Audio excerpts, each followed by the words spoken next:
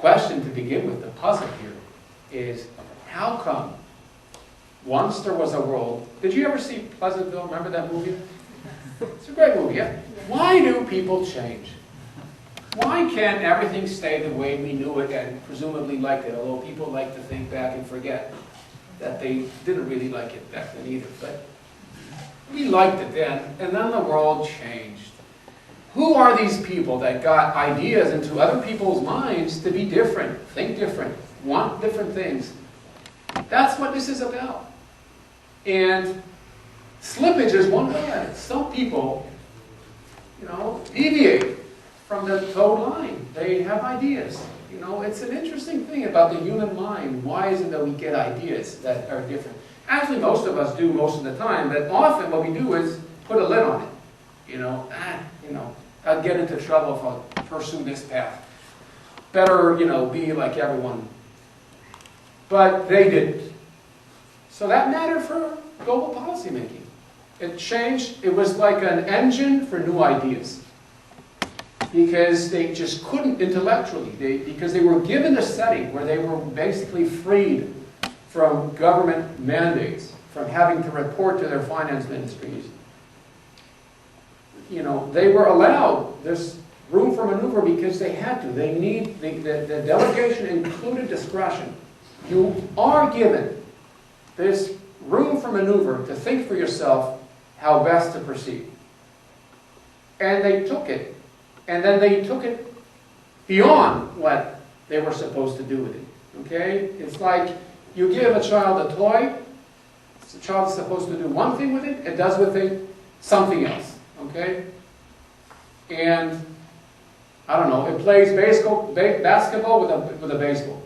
They just do something else with it. Not what was intended.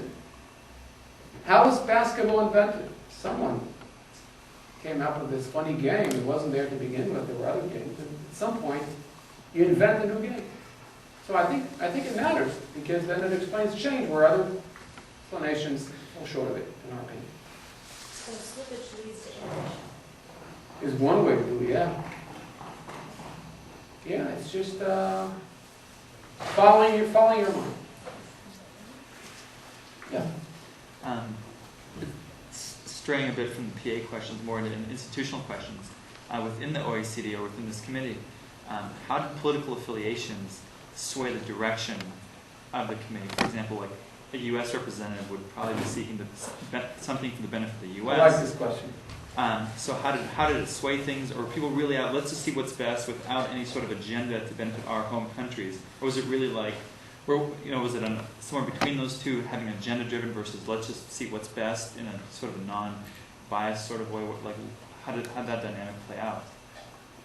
They are refugees from their different ministries. They are seriously upset about things they don't know how to deal with. Okay? It's like a group of therapists. Okay? They come together to find each other. I mean, they didn't go into psychology, but they were trying together to pool their knowledge. You'll see later, as you progress in your academic career, you see that knowledge is something that needs to be pooled. As a student, you most of the time get knowledge that is then, given. You load you with the knowledge. But at some point, you need contact with colleagues to think up ideas. Musicians, they have jam sessions. Why do they do it? So don't they all know to play their guitar alone? They do, but they need to, it's a group thing. You need your professional colleagues to think up something. One guy throws a word, another woman then interprets it in a different way that he didn't think of. Before they know it, they have a new thing, a new policy, a new idea. You have to have the group. It was not the government's. But, what do I like it? I got a conspiracy theory. This is now, we're going beyond the paper, but I'll follow up on it. Is that for the Americans, they were a lot less suspicious of capital flows to begin with. In fact, in the Bretton Woods regime, it was an American compromise to accept curbs on capital flows. They didn't intend this to happen, but they realized that they were basically alone in the world in their interest in free capital flows in the 1940s. So they had to compromise, and even though they thought the compromise was temporary, it turned out to be a lot more permanent than they thought. So for them, the OECD was like a place where Europeans could change their mind without getting the feeling that they are pushed by the Americans to change their minds. So the United States mostly laid back. They were not trying to push the discussions or lead them in any particular direction.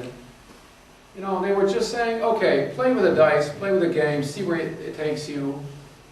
And this is something I can't substantiate, but it is my strong feeling that whereas the American government had clear objectives for the IMF, the World Bank, they knew how they would like the European community, then the European Union, who played a role in the world. The Europeans had other ideas which were not necessarily in collision, at least not during the Cold War.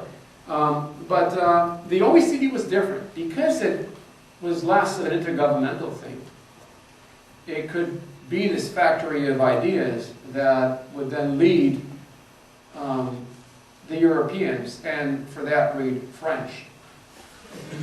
Abdelal writes about the 3 Frenchmen who ruled the world in the OECD, Henry Shevardnadze, Delors in the EU, and what's his name in the IMF? You must know that. So the 3 of them basically brought about, that's his case in one of his papers, brought about the change, which again, I find it difficult to pin global change on 3 people. That's kind of conspiracy. But his point is that all it took was to change France's mind. Once the French